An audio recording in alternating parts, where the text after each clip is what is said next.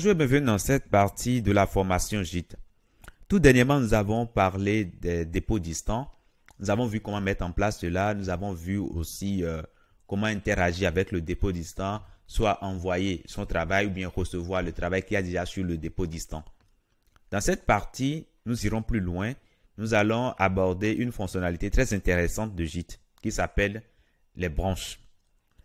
Alors, comment fonctionnent les branches? Une branche, c'est tout simplement une version parallèle de notre projet.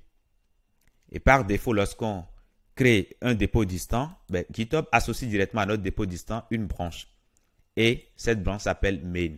Donc, c'est la branche principale de notre projet. Et vous avez vu, lorsque nous avons envoyé notre projet sur GitHub, ce projet s'est mis directement dans cette branche main-là. Et c'est ce qu'on voit ici.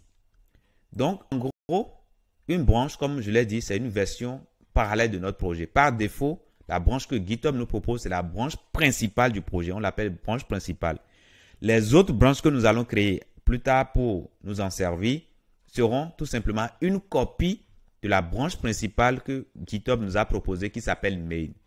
Alors, le but de créer d'autres branches, c'est tout simplement pour avoir une copie du projet, c'est-à-dire du projet principal, et pouvoir travailler dessus sans modifier le projet principal.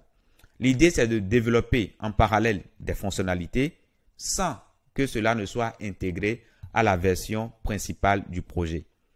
Corriger aussi éventuellement les bugs et les difficultés qu'il y a sur le projet, tester, faire tout ce qui va avec.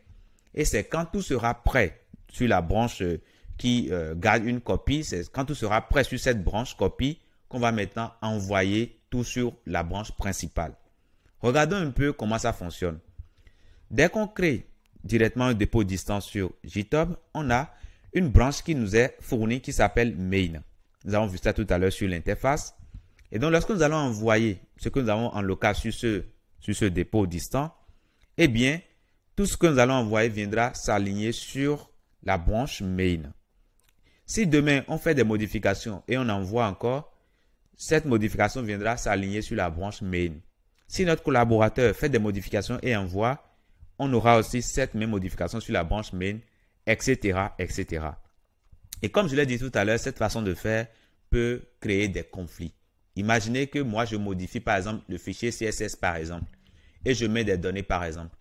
Le deuxième développeur modifie encore ce même fichier et met d'autres informations. Finalement, on va se retrouver avec une version à jour du projet qui sera contraire à ce qui est attendu de chacun des membres de l'équipe de développement. Et donc, c'est pour éviter ces conflits, notamment sur les fichiers, mais qui peuvent entraîner plus tard des conflits de personnes, surtout. Quand on travaille en équipe, il faut vraiment faire attention. Et donc, c'est pour pallier à ces problèmes maintenant que nous n'allons pas faire les choses comme ceci, c'est-à-dire, nous n'allons pas tout faire sur le main comme ça. On va laisser le main et nous allons maintenant créer une branche à part. L'idée de créer une branche à part, c'est d'avoir une copie du projet sur une version parallèle et on va pouvoir maintenant mettre nos modifications directement là-dessus au fur et à mesure qu'on évolue.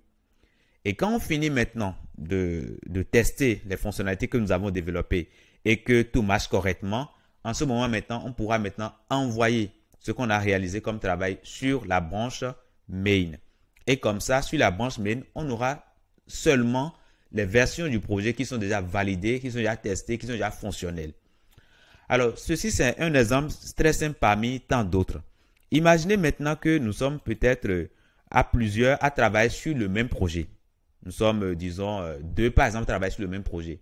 Il y a une personne qui travaille sur le côté CSS, c'est-à-dire la gestion du style du site web, et une autre personne qui travaille sur le JavaScript. Alors, on pourrait tout simplement imaginer un scénario comme ceci. Celui qui travaille sur la partie CSS va créer une branche CSS. Celui qui travaille sur la partie JavaScript va créer une branche JS. Et l'idée, c'est quoi? Au début, chacun va amener sur sa branche une copie du travail qui est déjà sur le main. Et chacun, c'est-à-dire celui qui fait du CSS, ramène une copie et celui qui fait du JS aussi ramène une copie. Alors, l'idée, c'est quoi? Celui qui fait du CSS, chaque fois qu'il fait des modifications, il essaie d'envoyer sa modification sur sa branche, etc. Comme ça, il n'y aura plus de conflit de personnes. Quelqu'un ne dira plus non, j'ai modifié tel fichier, tu viens de modifier encore le même fichier, etc. Il n'y aura plus ce problème-là. Chacun va pouvoir envoyer ses modifications sur sa branche jusqu'à la fin.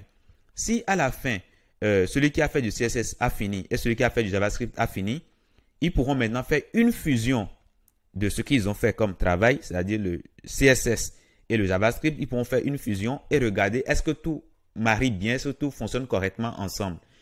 Dans le cas où c'est le cas, ils vont maintenant faire une fusion de cela sur le main.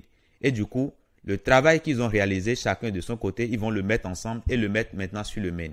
Donc, on verra uniquement sur le main, on verra tout simplement la version déjà fonctionnelle et validée du projet. Et cela, cette façon de faire les choses évite beaucoup les conflits, notamment de fichiers, et par ricochet, évite aussi les conflits de personnes et l'équipe va pouvoir travailler en toute efficacité sans difficulté. Alors ici, c'est un cas où nous avons 2 développeurs, mais il se peut que vous vous retrouviez dans une équipe de 5-6 personnes. Travailler de cette façon va permettre vraiment à l'équipe d'être performante et travailler ceci en toute efficacité et toujours maintenir son moral très haut parce que quand il n'y a pas de conflit, forcément chacun est motivé de son côté et pourra avancer convenablement. Donc voilà un peu la notion de branche, voilà comment on peut penser cela. Nous allons revenir après sur la mise en pratique de cela et voir comment créer des branches, comment envoyer des modifications sur des branches spécifiques et comment en recevoir aussi. Donc voilà ce que je tenais à vous dire dans cette partie. Je vous dis merci d'avoir suivi cette partie et à très bientôt dans la pratique.